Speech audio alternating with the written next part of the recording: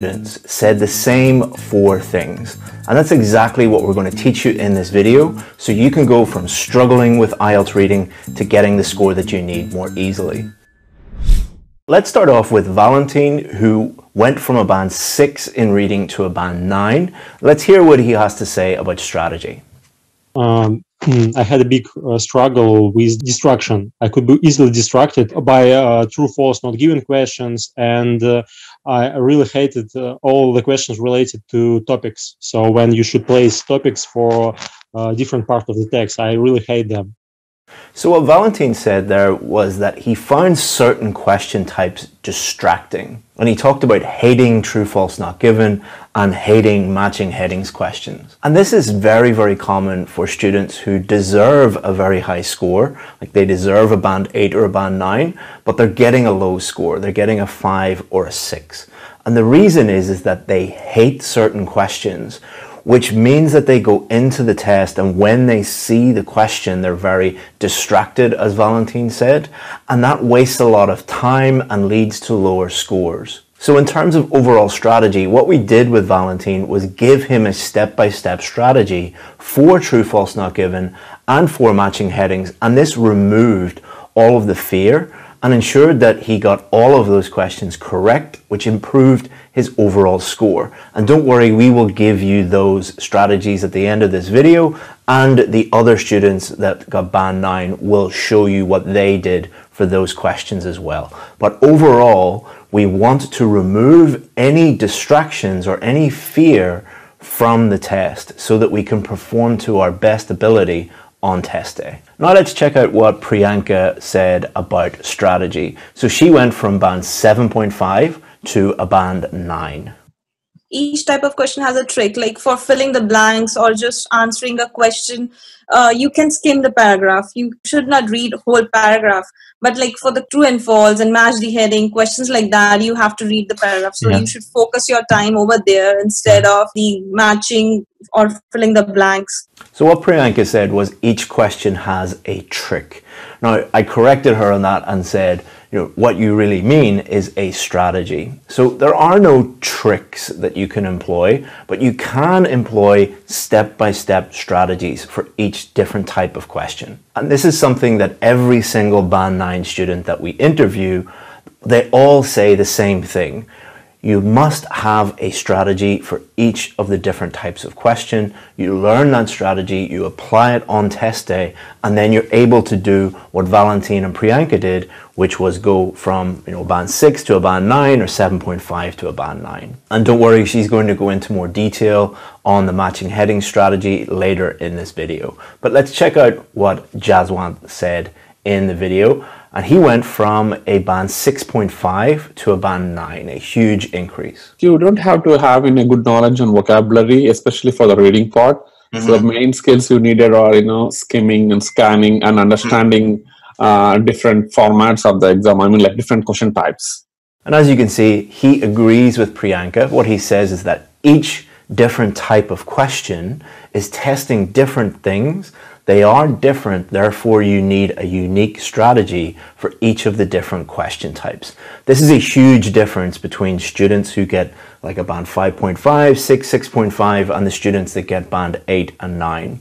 Generally, the lower level students will have one strategy for all of the different types of questions, whereas band 8 and 9 students will understand that each question is different and they will learn and apply a unique strategy to each of the different question types. And we're going to give you all of those at the end of this video. Finally, let's check out Shrubani. Shrubani went from a band 6.5 to a band 9. And what she says in this clip, blindly follow the strategies. Totally, I would say that all the strategies that I learned from IELTS Advantage, I just blindly followed those strategies. I used to be highly confused and it used to take so much of my time thinking that where is the answer.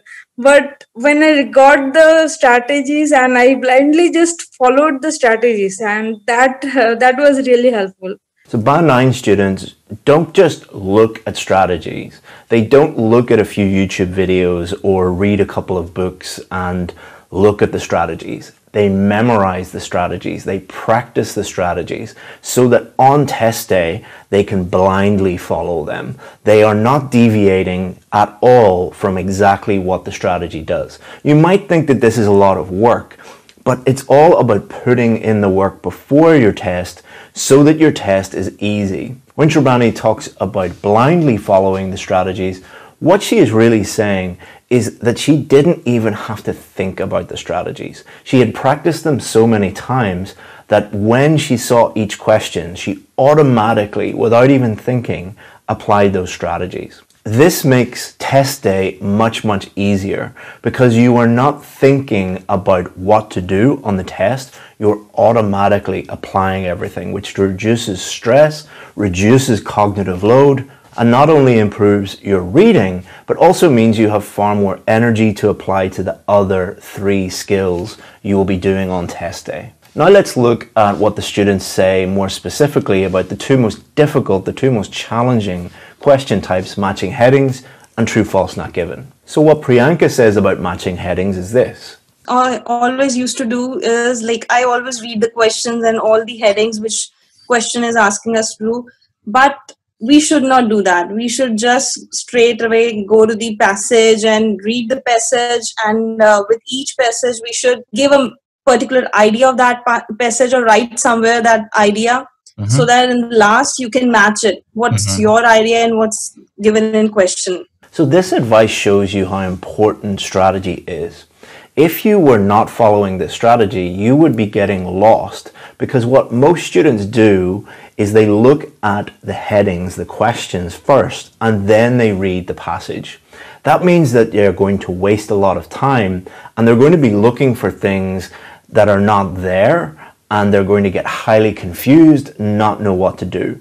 We do exactly the opposite. We taught Priyanka to look at each of the question paragraphs first and actually create their own headings for each paragraph, and then you look at the list of headings, and it's much easier because all you have to do then is match your headings with the list of headings in the question there. Now let's check out what Jaswant has to say about matching headings. I loved your tips, Chris. Before I used to start, just going through the paragraphs, and I used to do all that.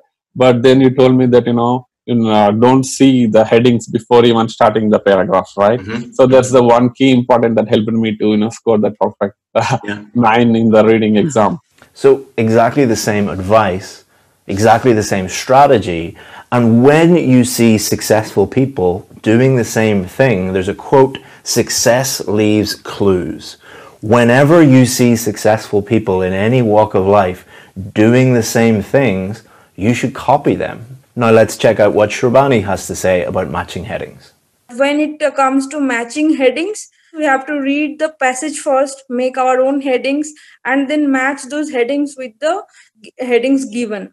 So, practicing these strategies and remembering those strategies, this takes couple of sometimes need a lot of slow practice. So not only did Shrabani give advice exactly the same as the other 2 Band 9 students, she also gave advice about how she learned the strategies. Because Band 9 students, as I said before, don't look at a strategy once, they memorize it. And she talked about slow practice. Slow practice is when you get some real practice tests and you don't try and do them as quickly as possible. You don't do them under exam conditions. You open up the book, you find the question type that you want to work on, and you work on learning the strategy, not on getting all the questions correct. It doesn't matter at that stage. That is why we call it slow practice.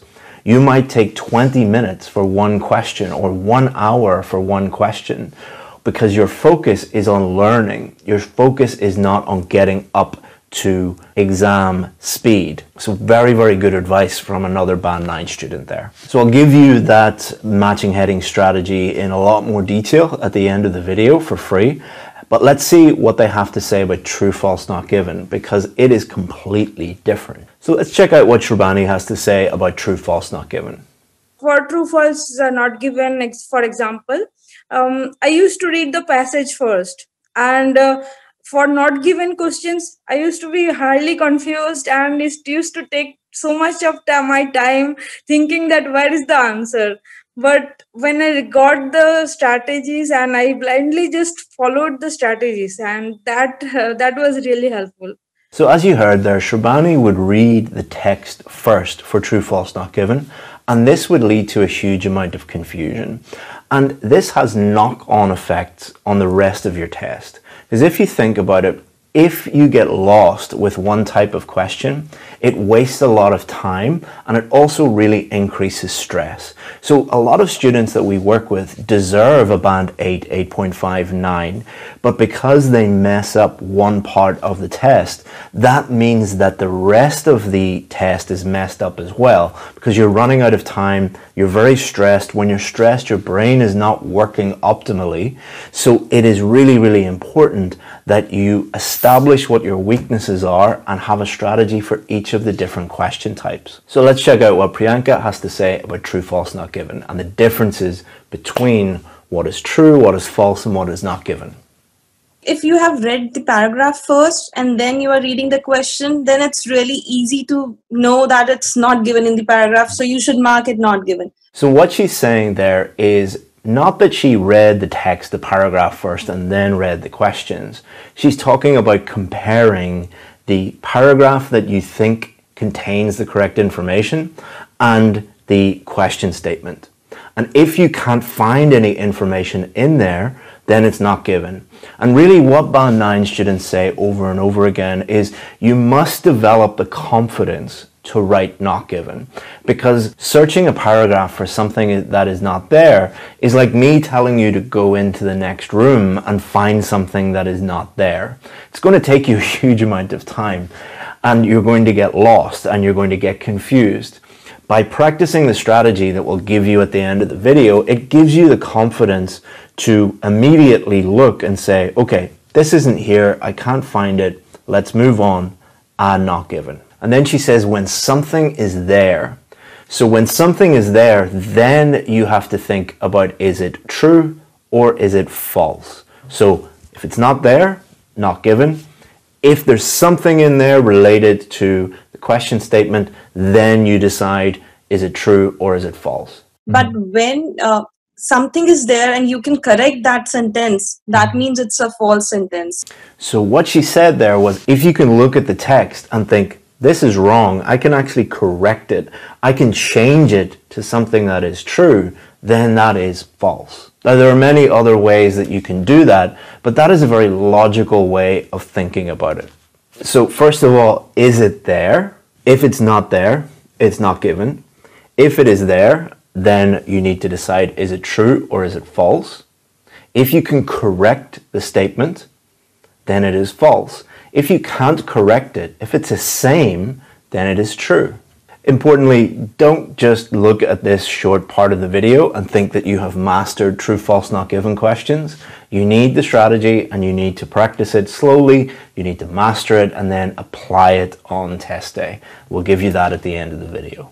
Now let's move on to time management. It's very common for students to email us and ask us for time management tips. But what Band 9 students say is completely different from time management tips. Let's have a look at what Priyanka says. Actually, I never faced problem with time management. Since I started practicing, like from first day, I was able to complete my test in 1 hour. So she never faced an issue with time management at all. Does this mean that you can't learn from her? No, because this is reflected in what Jaswant said as well. For reading, I did like more practice on, I was reading some online articles, as you always suggested in the course. Like I've been going through and reading BBC articles. So that really improved my skills a lot. So he talks here about reading in his spare time.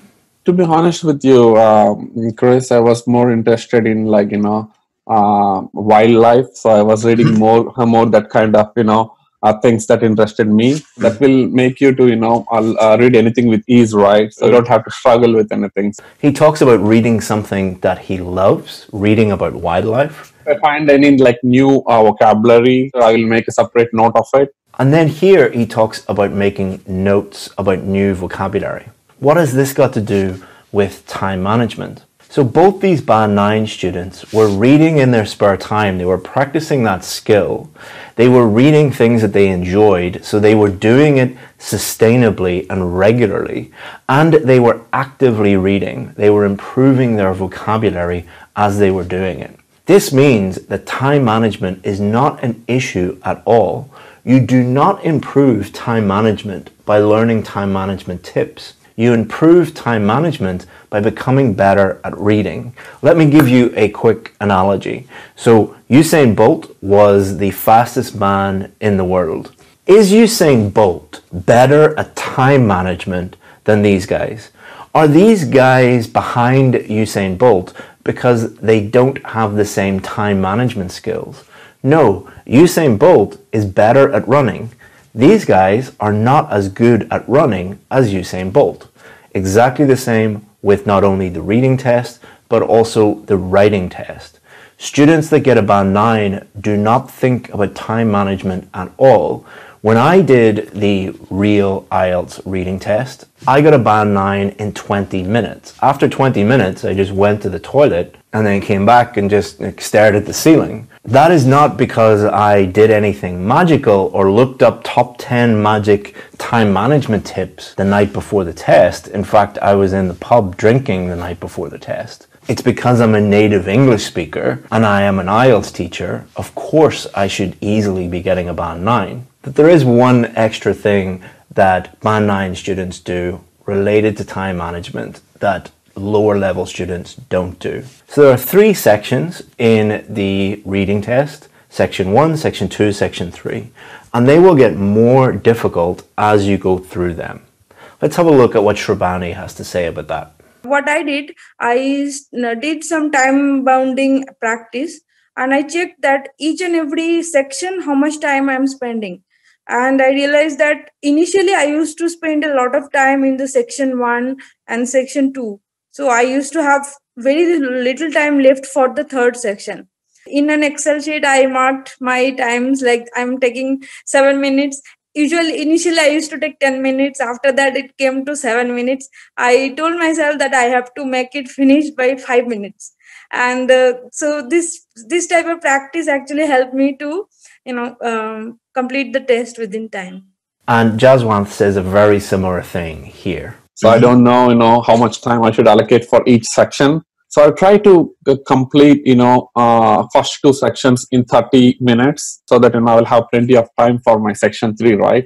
So what they understand is because the questions get progressively more difficult, they spend a lot more time on the more difficult questions later on in the test. So most Band 9 students that we work with tend to not think about I must spend this number of minutes on each question or this number of minutes on each section. What they generally do is they try to get section 1 and 2 done as quickly as possible. Correctly, but as quickly as possible. And then that gives them a lot more room, a lot more time at the end to really think and focus in on the last most difficult questions. So to summarize Band 9 advice, real Band 9 advice from real Band 9 students. Each question is different and you must have a separate strategy for each of them. True, false, not given and matching headings questions are difficult and can cause problems, but not if you practice them and master them and apply a real strategy to those questions. And then finally, time management tips just don't exist. It's all about improving your reading skills and your vocabulary. And if you get to that level, Band 9 is inevitable.